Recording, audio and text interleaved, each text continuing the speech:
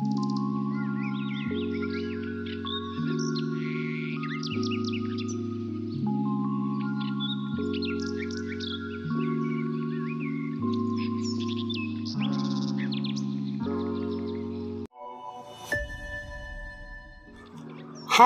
আসসালামু আলাইকুম। সবাই কেমন আছেন? আমি সাবিকুন্নার আবারও ছোট্ট একটা নিউ ব্লগ নিয়ে আপনাদের মাঝে হাজির হয়ে গেছি। আজকের ব্লগে খুবই ইন্টারেস্টিং এবং মজার একটা আচারের রেসিপি দেখাবো। তো আশা করছি ভালো লাগবে। আমের সিজনে আমের আচার দেবো না, সেটা কেমন করে হয় বলেন তো? আর আমের আচার খেতে কিন্তু খুবই ভালো লাগে অসময়ে, যখন আম থাকবে না। তো দেখতেই পাচ্ছেন কাঁচা আমগুলোকে আমি স্লাইড করে এভাবে পিস পিস করে কেটে নিয়েছি, একদম খোসা সহ। তারপর একে একে হলুদের গুঁড়া, মরিচের গুঁড়া, লবণ, একটু সরিষার তেল দিয়ে মেখে বেশ কিছুক্ষণ একটু রেখে দেব।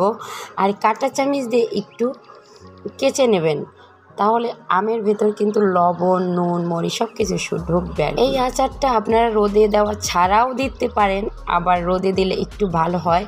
অনেক দিন পর্যন্ত ফ্রিজে রাখা লাগে না, বাহিরেই ভালো থাকে। তো আমি রোদে শুকাতে দিয়ে দিয়েছি। আর এখানে আমি প্রস্তুত করে নিয়েছি, দেখতেই পাচ্ছেন মশলা। পাঁচফোড়ন দিয়ে দিয়েছি আর কিছু শুকনো মরিচ। জালটা যার যার পছন্দ অনুযায়ী দেবেন। প্রথমে আমি একটু কমই মরিচ দিয়েছিলাম, তারপর ভাবলাম যে একটু ঝাল দরকার, তো সেক্ষেত্রে আমি একটু বেশি ঝাল দিলাম। তারপর এই তো প্রস্তুত করে আমি এগুলো ব্যালেন্ড করে নেব। ভাগে আমি আচারটা বসিয়ে দিচ্ছি, যেহেতু পাঁচফোড়নটা কিন্তু অনেক পরে লাগে, শেষের দিকে। আর এখানে দেখতে পাচ্ছেন আমি সরিষার তেল দিয়ে দিচ্ছি পর্যাপ্ত পরিমাণে।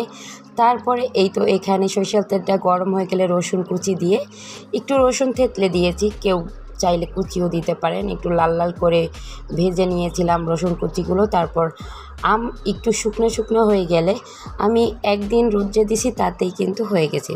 তারপর এখানে কিন্তু আমি আমগুলোকে দিয়ে ভালোভাবে নেড়েচেড়ে কিছুক্ষণ পরে একটু চিনি দিয়ে দিচ্ছি।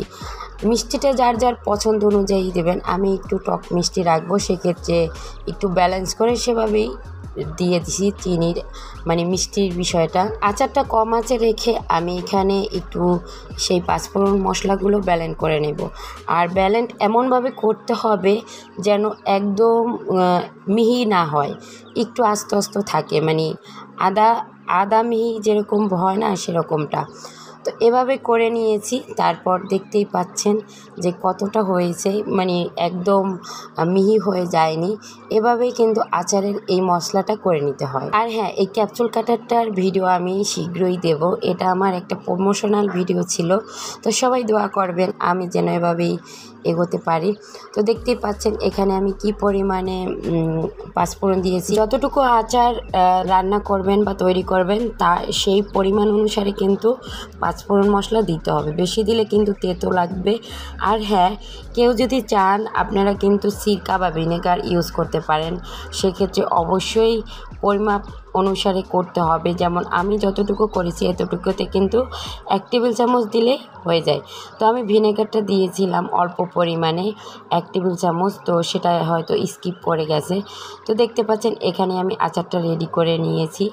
অলরেডি কিন্তু আচারটা হয়ে গেছে। এভাবে শুকনো শুকনো করে আচারটা রেডি করতে হবে।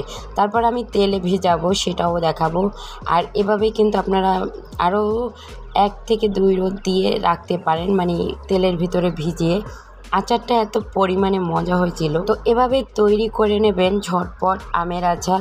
আমের সিজনে সারা বছর রেখে খেতে পারবেন। দেখতেই পাচ্ছেন এই 1 বয়ম আচার আমি আগে দিয়েছিলাম, আর এই যে লাস্টে এটা দিয়েছি। তো লাস্টের কালারটা বেশি ভালো এসেছে আমার কাছে মনে হয়। এখনও কাঁচা আম আছে, আপনারা ঝটপট করে কাঁচা আমের আচার করে নিতে পারেন। তো আজকের ভিডিওটা আপনাদের কেমন লেগেছে অবশ্যই কমেন্ট করে জানাবেন। আর এখনও যারা আমার পেজটি এবং ইউটিউব চ্যানেলটি সাবস্ক্রাইব করেননি, অবশ্যই সাবস্ক্রাইব করবেন। পেজ থেকে দেখলে লাইক অ্যান্ড ফলো করবেন। আজ এ পর্যন্তই, পরবর্তী ভিডিওতে আবার দেখা হবে। আল্লাহ হাফেজ।